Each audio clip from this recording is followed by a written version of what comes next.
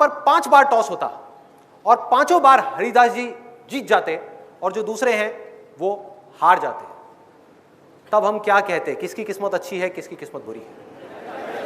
किसकी किस्मत बहुत अच्छी है और किसकी किस्मत बहुत बुरी है, फूटी हुई है? हरिदास जी। ऐसा ही है, जीत गए भाई, कुछ किए बिना 50,000 रुपए जेब में डाले और निकल लिए, और क्या चाहिए? ऐसा ही है। ये है 99.99999999% लोगों का नजरिया। तो अब देखो मेरे नजरिए से कि किसकी किस्मत अच्छी है और किसकी किस्मत खराब है। 5 बार हरिदास जी जीत गए जुए के अंदर, नॉन स्टॉप, इतनी सारी जनता के सामने, इतने सारे लोगों के सामने। सोचो उनके दिमाग में जा करके क्या बैठेगा।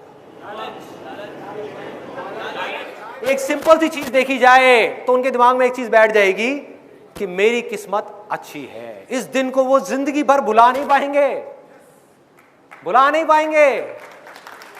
बैठ गया। और इनके दिमाग में क्या बैठ गया कि जुए में मेरी किस्मत खराब है। और अगर आप मेरी नजर से इस दुनिया को देखोगे तो किस्मत अच्छी किसकी और खराब किसकी है पता है? जो आदमी को ये गलत फहमी हो गई है, अब इसको ध्यान से सुनना, जिस आदमी को ये गलत फहमी हो गई है कि जुए में मेरी किस्मत अच्छी है, उससे खराब किस्मत इस पूरी दुनिया में किसी की नहीं है।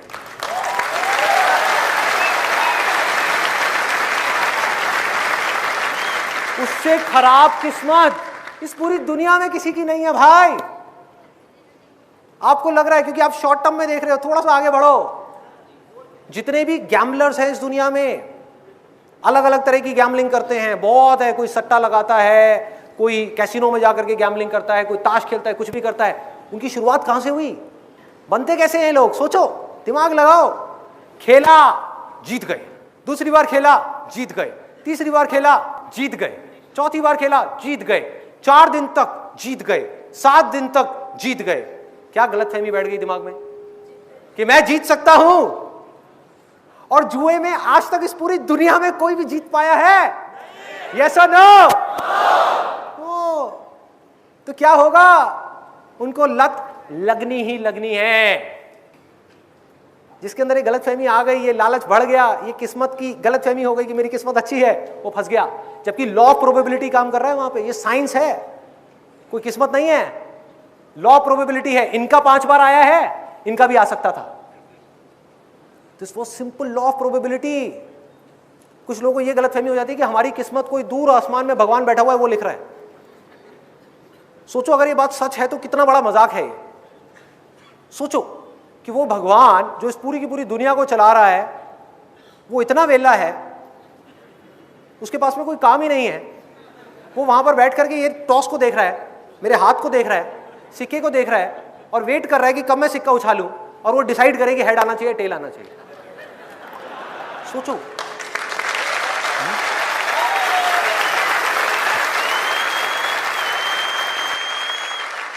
इस गलतफहमी में मत रहो कि कोई है जो आपकी किस्मत का फैसला कर रहा है। हम खुद ही कर रहे हैं। जैसे हमने चूज किया, अच्छा हो गया। इसी को कर्म बोलते हैं। ये चॉइस ही कर्म है। जहां आपने अच्छी चॉइस करी, अच्छा कर्म किया, जहां आपने बुरी चॉइस करी, बुरा कर्म कर दिया, तो बुरा फल मिलना ही मिलना है और 10 साल बाद नहीं मिलना, जो लोग सोचते हैं। ये नहीं है कर्म का खेल कि आज आपने कोई अच्छा कर्म किया, उसका 10 साल बाद आपको अच्छा फल मिलेगा, या आज आपने बुरा किया, आपको 10 साल बाद बुरा मिलेगा। आपने एक बुरी चॉइस करी, फल मिलना शुरू।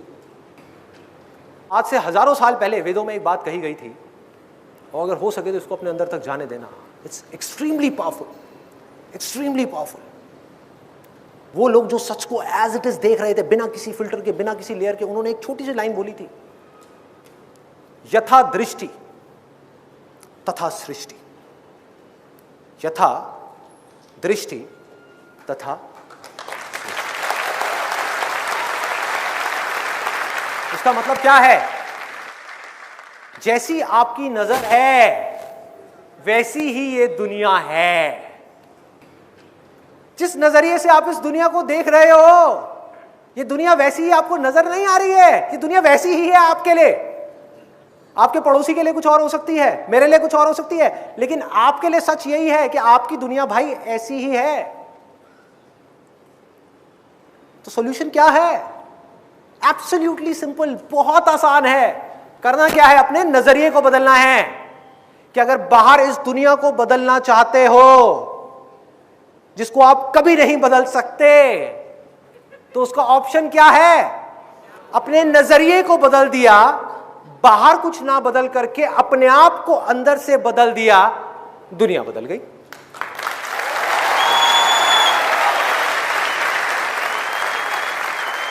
हमको अपने नजरिए को बदलना है।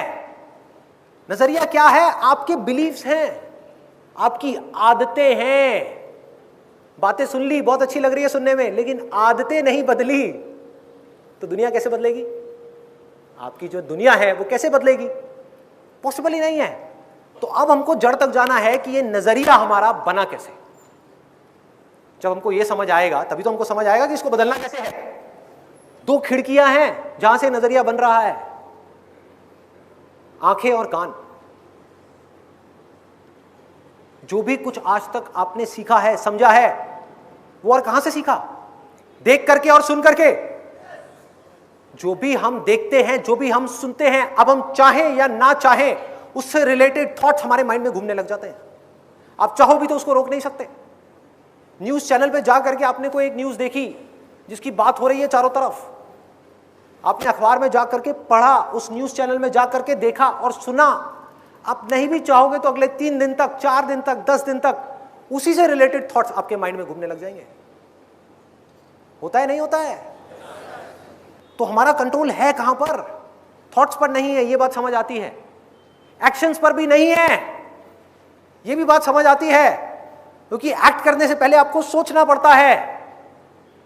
जैसा सोचोगे वैसा ही एक्ट करोगे। कुछ देर के लिए प्रिटेंड कर सकते हो, फिर वापस अपने जोन में चले जाओगे, कंफर्ट जोन में, अपने बेसिक नेचर में। तो थॉट्स पर भी हमारा कंट्रोल नहीं है, एक्शंस पर भी हमारा कंट्रोल नहीं है, लेकिन इन दोनों चीजों को बदलना भी जरूरी है, क्योंकि इसके बिना बदले काम भी नहीं चलने वाला। तो क्या करें? इनपुट को बदल दो। अब तक आपने कुछ गलत देखा है, कुछ गलत सुना है, जिसकी वजह से आपने कुछ गलत बोला है और कुछ गलत किया है, कुछ गलत सोचा है। तो अगर आपने कुछ गलत ना देख करके, कुछ गलत ना सुन करके कुछ अच्छा देखना शुरू कर दिया और कुछ अच्छा सुनना शुरू कर दिया, तो क्या होगा? आप नहीं भी चाहोगे तो आपके माइंड में उसी से रिलेटेड थॉट्स आएंगे।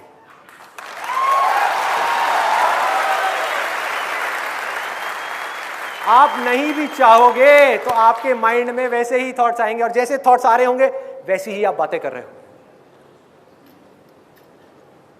वैसे ही एक्शन चल रहे होंगे। सो अब तक मैंने जो कुछ भी कहा आज के सेशन में, जो कुछ भी, अगर उसको सम अप करना हो तो वो क्या है? बहुत सिंपल है। अच्छा देखना है, अच्छा सुनना है, जिससे कि आप कुछ अच्छा बोल सको और कुछ अच्छा कर सको, जिससे कि आप कुछ अच्छा बन सको।